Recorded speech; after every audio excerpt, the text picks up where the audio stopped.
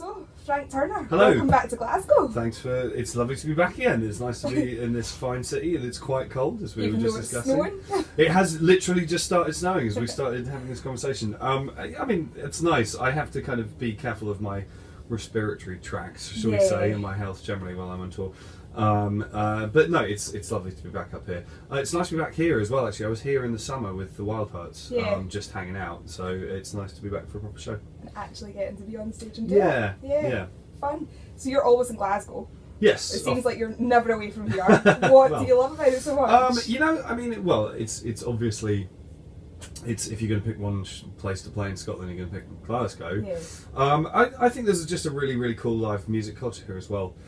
If you think through all the venues in the city, you know, I mean, and I've played all of them, you know, so, I mean, you go starting at like Bar Block and going up through Sleazy's and the Cat House and then the Garage and ABC's. Did ABC have fire, was it? Yeah, it's gone. Is it? The disco ball is gone. Oh, that sucks.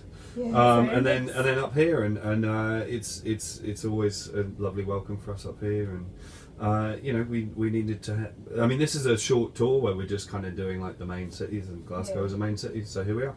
There we go. What are you expecting from the crowd tonight? Mayhem.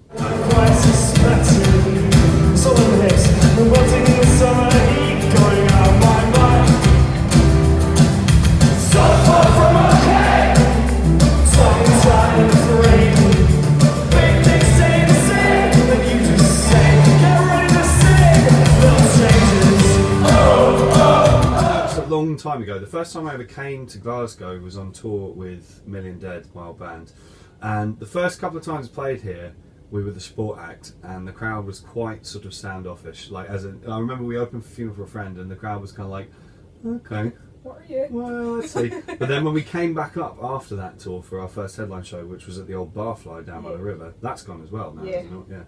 Yeah. When we played there, like, the place was rammed and everyone went crazy, and I sort of got the impression, and I'm not the only touring musician who said this, that Glasgow crowds tend to kind of scope you out a bit, but if they decide that they like you, then you're all right, and you're all right, like, indefinitely. That's it. Do you know what I mean? Tech. Yeah. So we always have great shows up here, you know. And I didn't mention King Tut's All the Barriers on one of the previous list of venues, which is madness. But yeah, it should be a fun show tonight. Good. And we're sold out, which is always a pleasure.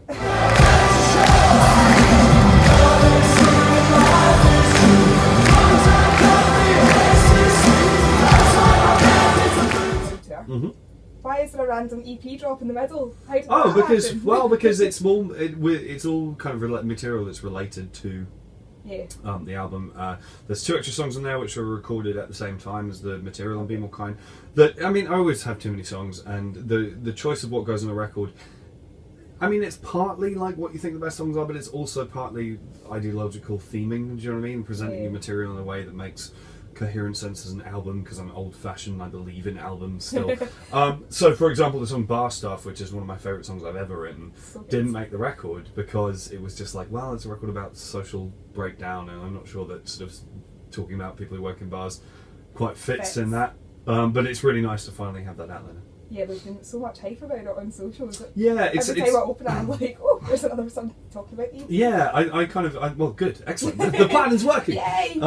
Yeah, and How It Began is a song I really like as well, because it's to do a song that's quite so stripped back is something that, like, I'm always a bit nervous about doing. I tend to add more bells and whistles, and I have to kind of tell myself to just occasionally let a song just be a song that has guitar and vocals and nothing else, and that's very much in that vein. Cool. Adding bells and whistles seems to be your thing. There's a book on the go as well, or on the way. Yes, well, it is done. It's my second book. I wrote a book in 2014, came out in 2015. That I learned a lot in that process, because I went into it with a large degree of hubris, as in just kind of going, yeah, it can't be that hard to write a book, can it? And it can, actually. Turns out, yeah. So I was very sort of humbled by that process, should we say. Yeah. And so this time around, it's kind of good that I went into it with my eyes open a bit more. But the last one did really well, so the publisher asked me to write another one, and I've written a book about songwriting. It'll be out next month. And you're going to come back up and do the iRide Yes, Festival. yeah. How did that happen? They asked. I don't know. I'm not really sure. I generally get told where I'm going. Yeah, I do. Honestly, I do. I mean, at the moment, like, I'm booked through till kind of summer 2020. But at the moment, it's just for the further into the distance you go, it's just a block in the diary that has like America written on it. Do you know what I mean? It's like it's quite sort of mechanistic. Unless it's happening next week, you don't have a clue. Yeah, basically, I tend to operate with about a sort of 3-day window either side of me to know what's actually going on. You don't really need much for that. No, well, it's a funny thing, right? Like, there's a weird bit of authority swapping that goes on in my life. In the run-up to a tour and all the rest of it, you know, I'm the master of my own fate. Like, I can make decisions about what I do and all the rest of it.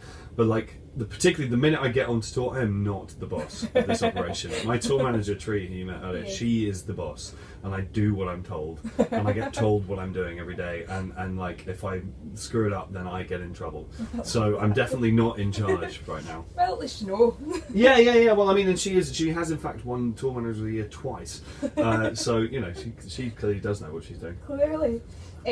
So you were saying that you had a day off yesterday. Yes. Do you get much time off in amongst all the mad touring? And Yeah, I mean, it's funny, like, there was definitely a period of time, my 20s and early 30s, where I was trying to be the hardest touring so-and-so in the world. And, I mean, firstly, you can do that stuff when you're younger. I'm 37 now, and that makes a difference. But also, like, I reached a point of kind of realising that being quite so one-dimensional wasn't particularly good for me. And I was engaged in a race to be the hardest touring musician in the world that no one else was really participating in, which was actually made me feel kind of foolish almost in a way. And it's funny because like when we announced the Be More Kind touring in January last year, we announced 110 shows at the same time, which meant everyone go, wow, he's still the hardest touring guy in the world, and thereby everyone missed the fact that we take quite a lot more time off these days. Yeah, I mean, four members of my touring family have kids now, and I've got, you know, a house and a fiance, in fact, and a cat. Not in that order. To go home to. I mean, you know, a shorthand way of saying it is that we've got reasons to go home now, which we didn't in the past. And I think it's improved me as a writer, actually, because I think that if you just do the same thing, there's only so many songs about being on tour that you can write. That's true. Do you know what I mean? I think that by broadening your own life experience, you have more to say. Yeah. What's your favourite way to chill out then when you do get those? Oh, well, I mean, days off on tour and gaps between tour are two slightly different things. On a day off on a tour, we have a thing that we call slug life, which is basically you get into your hotel room, and if the hotel room's fancy enough, there's like a robe in there, and you put the robe on, you order room service, you get on Netflix, and you turn your phone off, and then I mean, yesterday I literally didn't leave my hotel room all day. I just I had a bath. It was incredible. So that was that. In between tours, like, I mean, you know, I'm a member of my local history society. I'm really nerdy about London history. You know, and just seeing friends and family, and indeed writing, and doing other projects and that kind of thing. So I keep busy.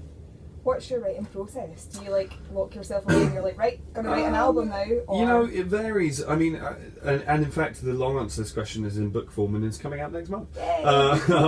But like, I mean, there are kind of various stages to the process for me. The first stage is the inspiration process, which is quite hard to talk about and describe. It's just ideas show up when they show up, and you know, sometimes you're just messing around with the guitar and you find something that makes sense. Sometimes, you know, some words just pop into your head, or I had a dream the other day that I'm turning into a song at the moment, which has happened a few times in my life actually. And then there's the hard work part where you actually sit down and you take these little snippets that you have and try and make an actual song, and that's a bit more kind of, it's craft rather than art. It's a bit more mechanistic. And then there's another stage where I take it to the band, and then we try and work up an arrangement, and then we go into the studio. So it's a multi-stage process. Yeah. Well, you've kind of covered my what's your plans for 2019. Well, so this year I'm going to be, I'm making another record next month. Right. The book's coming out in March. We've got busy festival summer. We'll be up here. I'm not allowed to say anything about that yet. Oh. But we will be north of the border in the summer. And then we're also I've got 2 side projects that will hopefully put out records this year as well, which slightly depends on whether or not we actually finish them in time. One of them is a band called Mongrel Horde, which we've done before, and one of them is a project I have yet to kind of fully announce to the public. So I'm not going to say any more about that just yet. But I'll put it this way: it is by several orders of magnitude the weirdest, heaviest music I've ever made, and it's going to really upset some people. So really? I'm kind of excited about that. Yeah, that's exciting. Yeah. Well, fab. I hope you have a great show tonight. Thank you. We're very excited about it. It's going to be fun. We've got Jimmy Well with us, which is an insane sentence to say out loud. I grew up listening to that band, so to have them on tour with us is an enormous honour and a privilege. And then Grace Petrie, who's on first, who's amazing as well. So yeah, it's going to be a fun night. Do you all hang about together before the show? Yeah, we do. I mean, as much as kind of time and schedule allows. I mean, part of the reason Jimmy are on tour with this is because I know Jim, their singer, anyway, socially, or we've met over the years. So, and then Grace is just amazing. I'm just the biggest fan of her, both as a writer and a performer and as a person. Like, I knew her music before this tour, but we've been hanging out on the tour and she's hilarious, and really, really good fun. She, Grace is gay, and the other day we were in Manchester and we were sharing a dressing room because there were limited dressing rooms, and I'd just come off stage and I was getting I'd just come out of the shower and I was like in a towel, and she came in and she said, so many straight women would pay money for this, but I'm just so gay that it does nothing for me at all. And it was hilarious. That would make you feel great. Yeah, it was good. Well, I'm engaged these days, so there's those days of caring about that kind of thing behind me anyway. But it was a good one-liner. Sounds great. Well, awesome. Have fun. Thank you very much.